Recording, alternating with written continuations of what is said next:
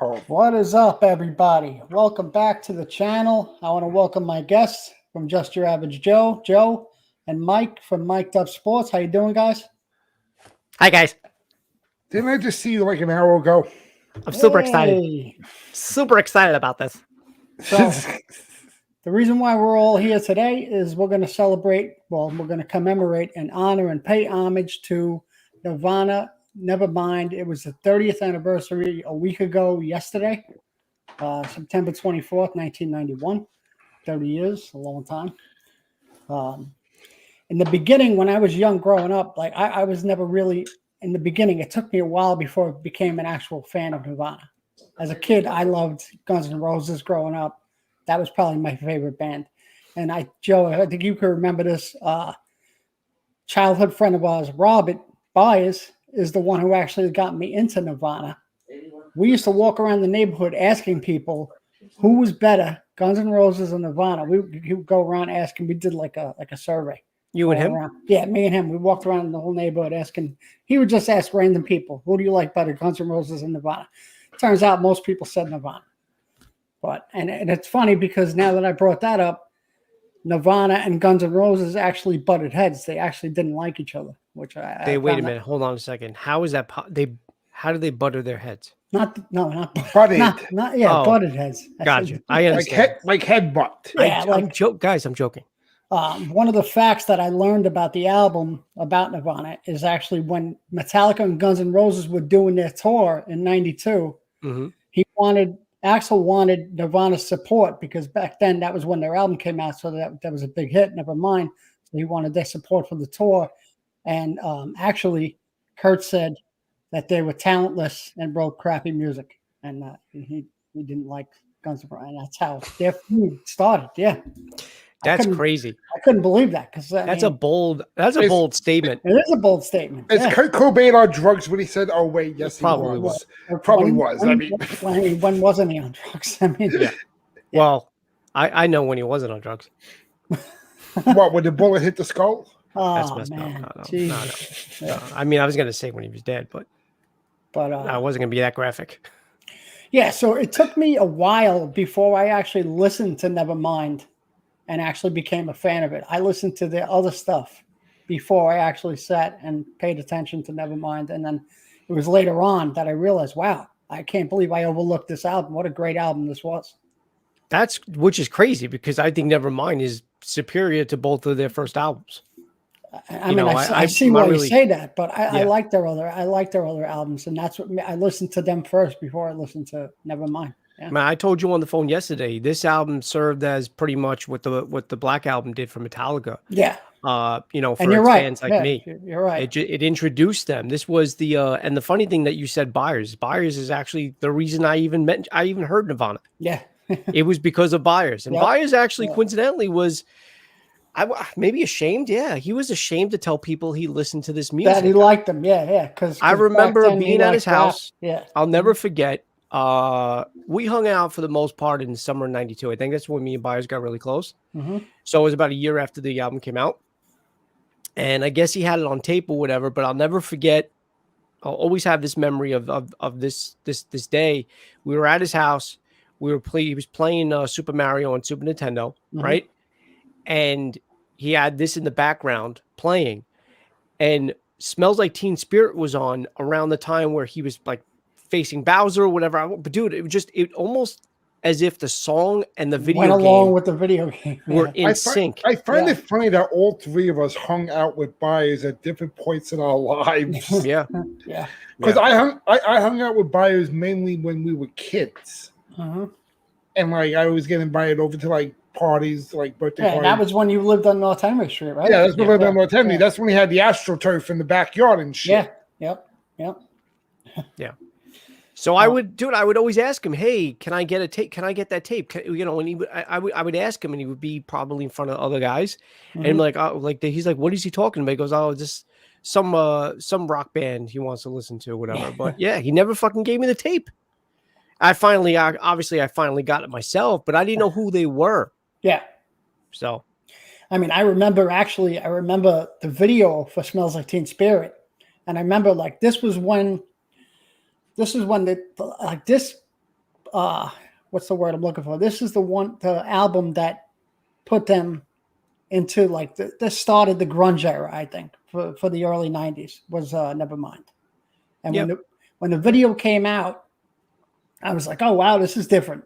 Because back then it was like the end of the 80s, the beginning of the 90s. So like the rock was still prominent, but this was a different version of rock. This was what came out first, 10 or this? I think it was the same year, but I think 10 might have been 10 came out first. 10 might have I think 10 actually was released first. Yeah. Would you say Pearl Jam is the one that kickstarted grunge or Nirvana? Oh, that's true. Yeah, you could say Pearl Jam. Yeah. No, I'm asking. I really don't know I don't know the answer.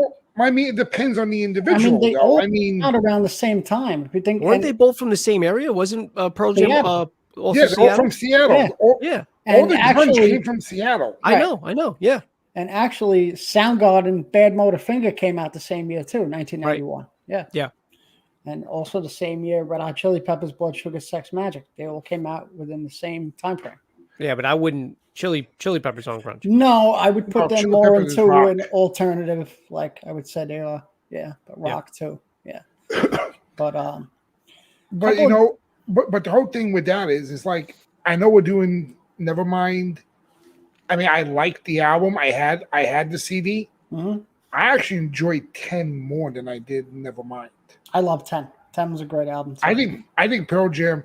I mean, I know we lost Kurt early, but I think if Kurt was still alive and they kept going with it, I think Pearl Jam, myself as a listener, I think Pearl Jam's music was better than listening to Nirvana. I'm not knocking the album. I like the album. Yeah. I love them all personally would take Pearl Jam over Nirvana.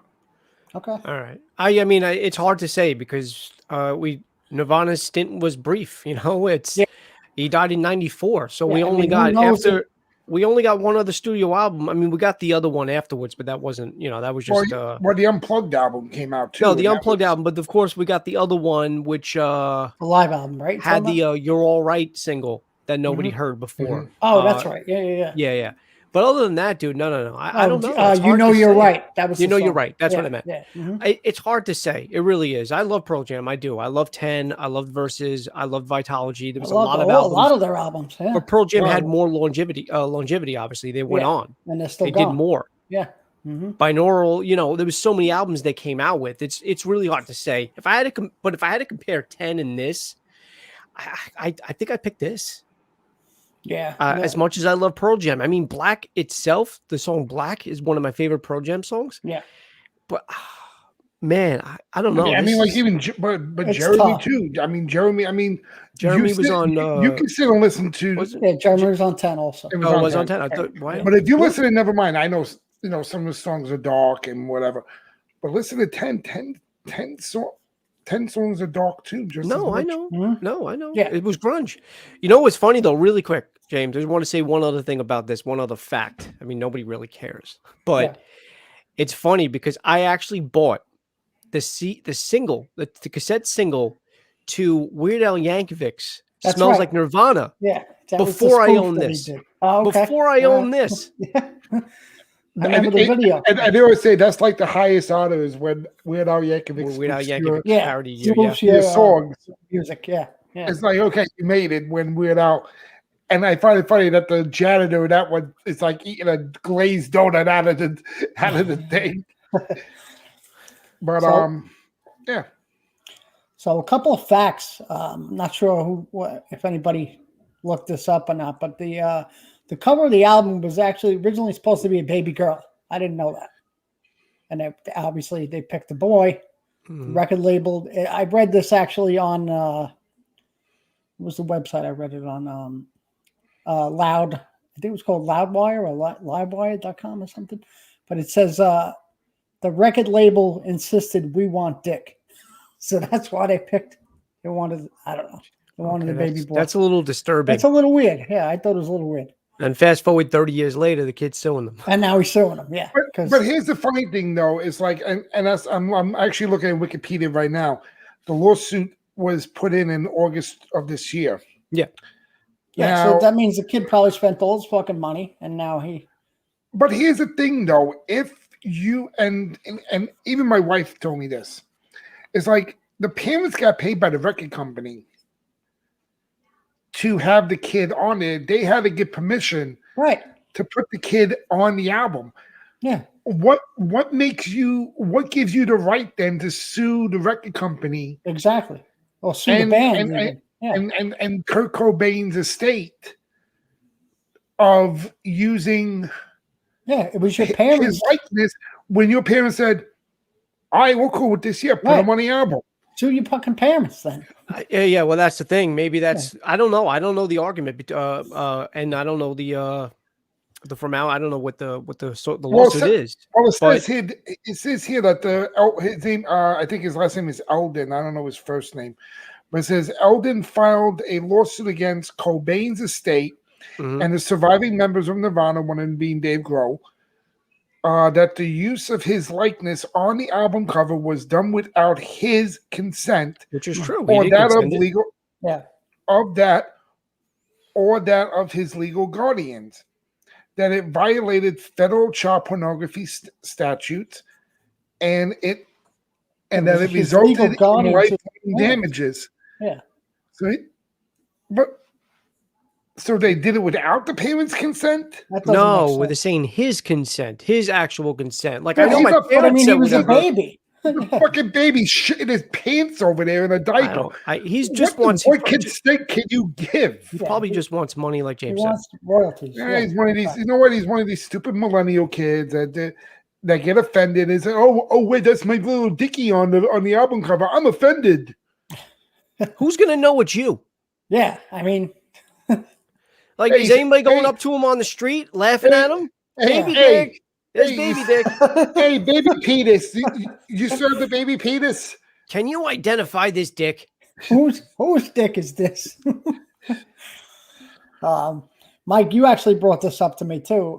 The announcer in the In Bloom video is the former People's Court host Doug Lewin. I didn't know. Llewellyn. I'm saying his name wrong. Yeah. Nice. So not only do you get to talk, to give interviews after Judge Wapner finds you guilty, you get to be in a Nirvana video. Nice. That's when you know you made it. So Nirvana also freaked out MTV. While performing at the VMAs in '92, they were performing Lithium, but they started out in the beginning to perform a little bit of Rape Me. That MTV almost censored it and went right to a commercial. I do sort of remember this when that actually happened. Yeah. But I thought that was Is it 92 the same year they dared Dice for his stand-up routine? Was that the same year or was that 91? No, I think you're right. I think it might have been 92. Yeah, because wasn't that the same year that he got booted off SNL? Yeah, I think so. Yeah, and that they completely erased that. They wouldn't even. Wait, how was Rape Me known by 92? By the It wasn't. Well, it was unreleased, but they started to play it. I mean, it wasn't recorded then, but. No, I know. So how would they know what song was about to be played? Well, they must have said it after, later on or whatever. But that's what it said on the website. That it was the beginning of Rape Me. No, but you know what I'm saying. So you're the what would you say it was, the VMAs? Yeah.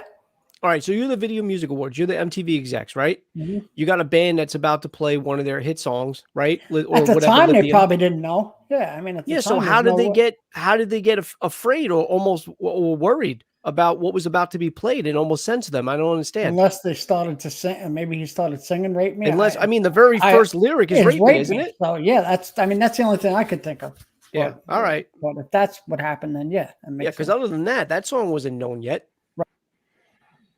The original title of the album was called "Sheep." I didn't know that. No. But that was pretty interesting. And then I don't know if you guys know. I'm sure you guys know this though. At the end of the album, there's a hidden track. Yeah, Endless Nameless. Endless Nameless, and that was left off, mistakenly left off the first 50,000 copies of the album. I didn't know that. So that was pretty good.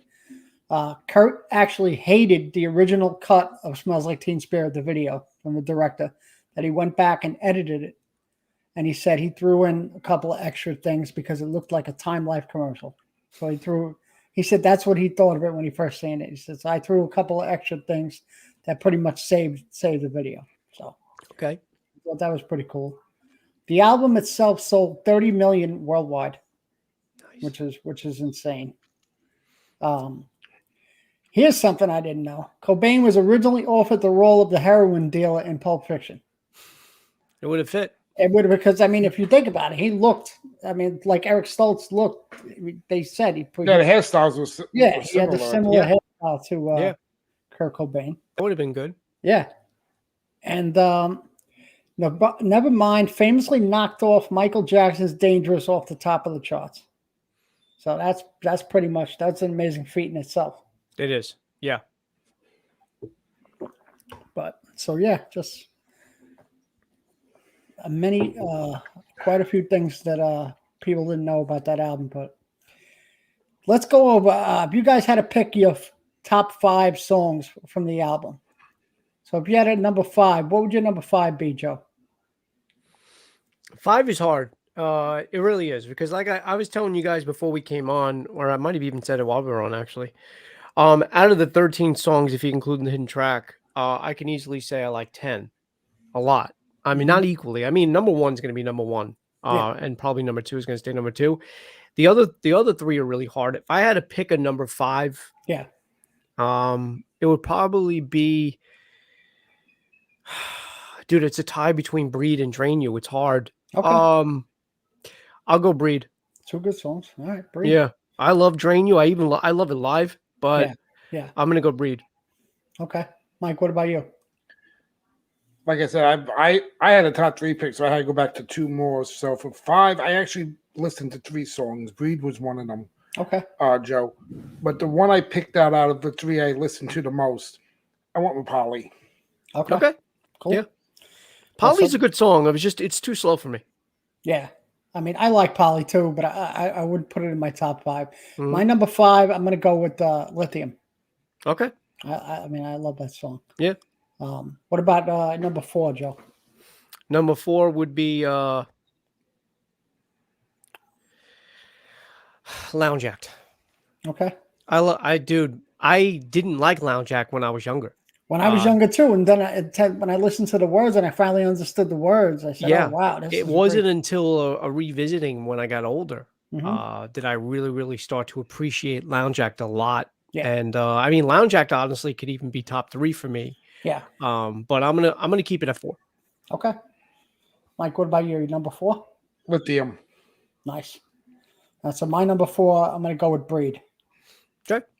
Yep. I just love the fast pace, you know. Yeah. That's why that's exactly why I picked it. Yeah. I love Breed. And Yeah. I think it's funny though, like you guys picked the more up. Oh, I don't want to say up Up-tempo. I mean No, up tempo. up-tempo. Thank you, Joe. Yeah. Up tempo ones, and I'm into more of The mellow. the mellow, slower.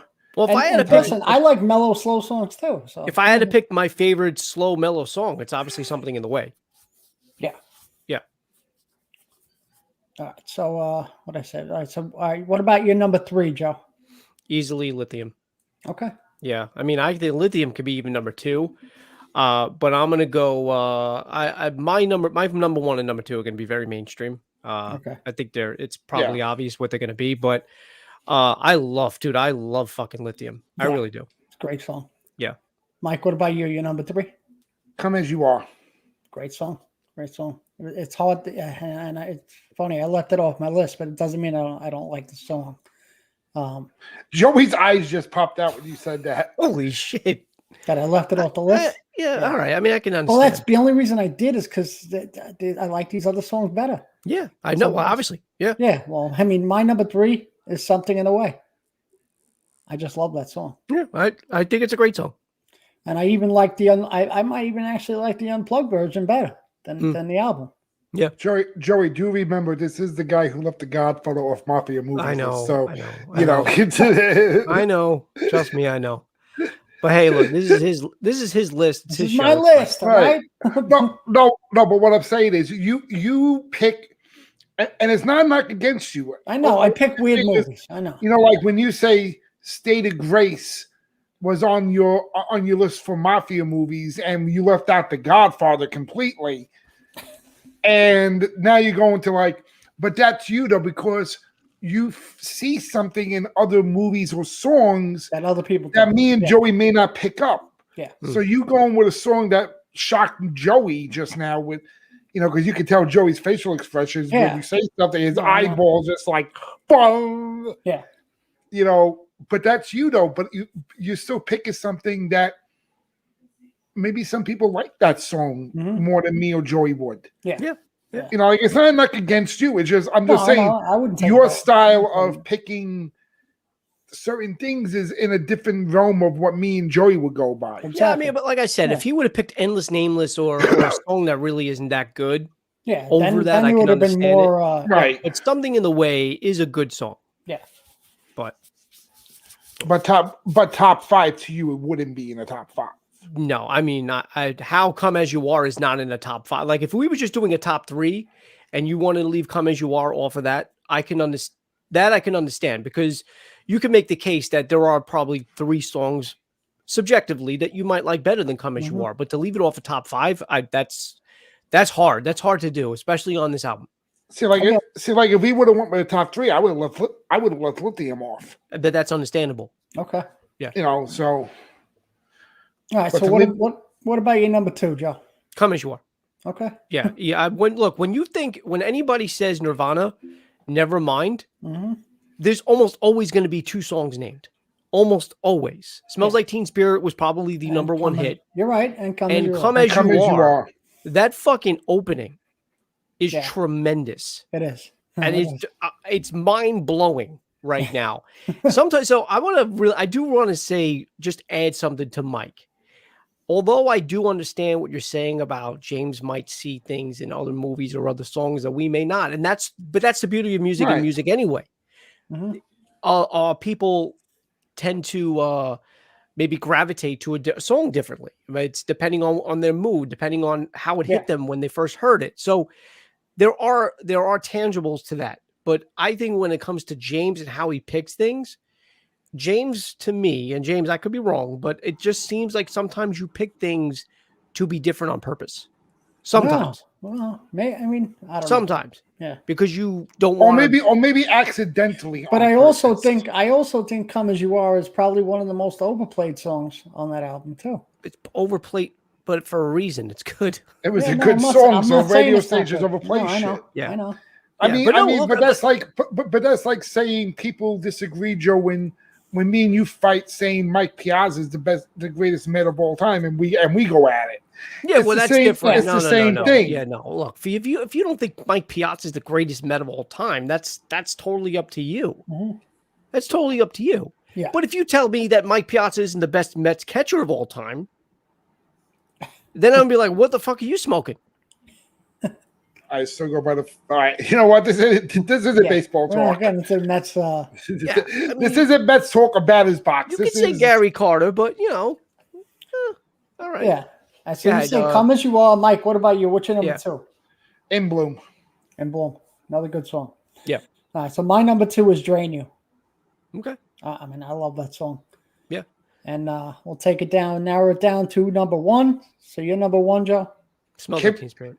Can we all just say it together because we all know what number 1's going to be? No, I don't think. Knowing James will probably pick Territorial Pissings for number 1. No, I mean, look, I hate. Look, I'll be honest with you. I do hate sounding mainstream. I do hate. Everybody's like, Smells Like Teen Spirit is an easy pick, But that's first of all, that was my introduction to Nirvana. Yeah, exactly. And it's just. It spawned a lot of the sound itself of that song, especially even Come As You Are, spawned, Bush included in that, spawned the sound of many bands to come. True. So Smells Like Teen Spirit for me is one of my favorite, if not my favorite Nirvana songs of all time, not only on this album. It's hard. It's hard because I would have to totally agree with Joey. Smells Like Teen Spirit is number 1. Okay. Yeah. And for me, my number 1. Here comes Joey. Here comes the hook, Joe. Here comes Lord Charles. Here comes the deuce. Go ahead, James. What song have you heard? What song haven't you said yet? Throw the curveball, James. What are your 5? What's 5, 4, 3, 2, 3, and 2? So I got 5 Lithium, 4 Breed, 3 Something in the Way, 2 Drain You, Shit, it's in Bloom. And my number one It's in Bloom. is Lounge Act. That's my Oh, number one. really? Yeah, I love Lounge too. That's Okay, no. Lounge my Act, dude. I'm all-time telling favorite you. Nirvana song. Lounge Act is a great song. I gotta listen to the song after we're done. No. Lounge Act is a great song. I wouldn't put it at number one, but Lounge Act, I can't. You can't keep it off your list. To have it off of your top 5 in general. But you went with two. You admitted 2 heavy hitters. Mm-hmm. That's hard to do. But what's funny is like he left off "Smells Like Teen Spirit" and "Come As You Are." Yeah, that's the shocker. Is like not even one of them made the top 5. Yeah. I mean, and I didn't leave them off on purpose. I still like the songs. I just like these songs a little bit better. Yeah. That's all. All right. And listen, and yeah, Smells Like Teen Spirit. Yeah, that was pretty much everybody's introduction to Nirvana, that video. But like I said, I didn't become a fan until after I listened to their other stuff. And that's when I got into Nevermind. I know it's a little weird, but that's how. No, it's fine. It's like we were saying earlier. You look at things differently than what me and Joey look at. I mean, yeah, like I said, you pick certain songs, movies, whatever.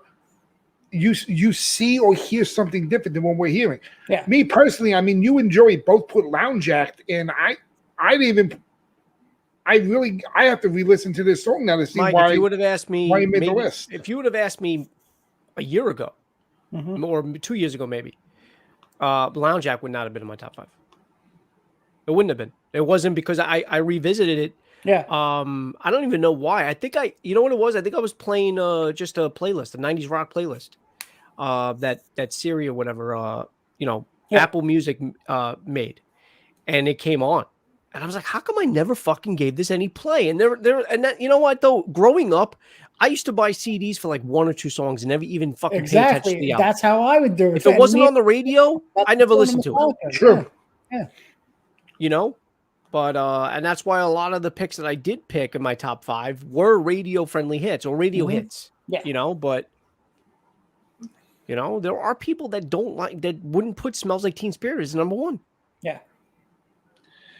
I think basically not having a top 5. I know. I mean, like to have not that or Come As You Are. I mean, either one or the other, it should have made the list. But it would be in my top 10. But no, well, dude, I mean, come on well, now. Out of 13. Well, out of 13 songs, let's leave out 3. I mean, well, and not just that album. It would have been in my top 10 of all Nirvana songs, definitely, regardless whether we're just talking about that album or not. It's still It's still 2 of their best songs. Yeah, for me, I think Heart Shaped Box knocks off Teen Spirit. Yeah, I loved Heart Shaped Box. I loved In Utero too. I love that album. Yeah, I wasn't crazy about In Utero, to be honest with you. I don't care about most of the songs on that album, and I gave it a listen. There's a handful of songs on that album that I like, but not all of them. You're right. I just realized you made your names James Cobain. You just realize it now? Yeah, I just realized it too. On me. Yeah, I just realized it too. I'm like listening to you, and I'm looking at and I'm just looking at the boxes we're in, and I'm like, does it say fucking Cobain? Better than James Cocaine. True, right? you know. But the funny thing is, though, James did have the Cobain hairstyle going. I remember. Yeah. The poster in the bedroom over on Diamond Street. Yeah. Yep. Like I said, he went from Cobain to no brain. Because he left off Come As You Are and Smells Like Teen Spirit. Smells Like Teen Spirit in the top 5. But look, again, the 5 he picked were really good songs. So they're good songs. But like I said, once again, he throws you that fucking curveball where one of the 2 had to be in anybody's top 5, but he just has to be just a little bit different. Yeah. And throws that hook and does a Carlos Beltran knee buckle. That's what he does. Everybody to go, oh, and turn their head. Oh, you're like, wasn't expecting that. I think most people turned it off after they heard the list. They're like, all right, I'm done. All right, this guy doesn't fucking know what he's talking about. Click. No, but this was fun, guys. I want to thank you guys for coming on. Please, guys, if you like the video, subscribe. Subscribe to Just Your Average Joe and Mic'd Up Sports. They got some really good stuff on there. Joe does his Marvel thing. He also does Monday Morning Quarterback with Mike every Monday. We got a show So- tonight, dude. You're going to be on it. We got a show tonight on Saturday Fright Live on the Friday the 13th. The original. That should Stay be away fun. from me. Stay away well, from me, you fucking we harm know. one. Go crawl back under your diaper and hide. But yeah, and Mike and I both have a wrestling podcast on Mike's channel. It's already up on the channel. We just did it 2 hours ago. If you like horse racing, Mike does his horse racing picks on there too. So check that out for that. I haven't done that in a few weeks. If you like horses, Mike's got a horse cock. Mike, Not is a it ba- true? Not a Is it baby true cock. Is it true it's Cocktober? Cocktoberfest. James, the trailer that you and I reacted to has almost 400 views. Wow, nice, Yeah. Cool. That's awesome. Yeah, What the Rocky 4 one. Oh, and Mike, Yeah. I'm sorry, you're there too. Yeah, I was on that one. All right, calm down. I forgot. We almost forgot. I missed you. You almost you miss him. you got 400 views on that already. Almost, yeah. Holy shit! Rocky's a hot commodity. I guess everybody knows about that Rocky 4 coming out then in November. Oh yeah. Yeah. All right, guys. I want to thank you guys again for coming on. And please, guys, subscribe to the channel for future content.